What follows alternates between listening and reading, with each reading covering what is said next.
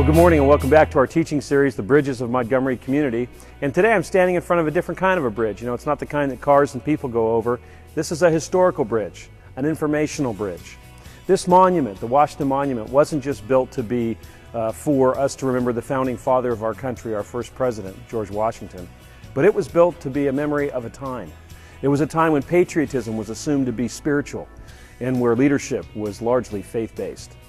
And when our founding fathers and when the city planners put this together, they didn't just want to do a monument to George Washington, they wanted to do a monument to our nation's values, to be sure that we kept them.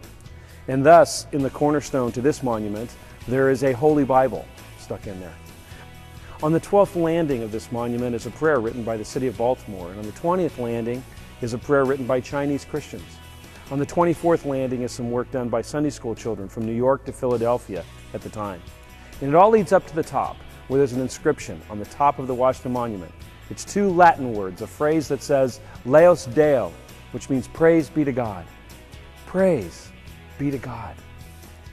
This was a monument to a time that many of our friends and family and neighbors and co-workers and others that we'd like to build bridges to, that we'd like to relate to, that we network with, I don't think a lot of them really know the story of how spiritual, of how faith-based the founding of our country was. And we have a chance to let them know about that.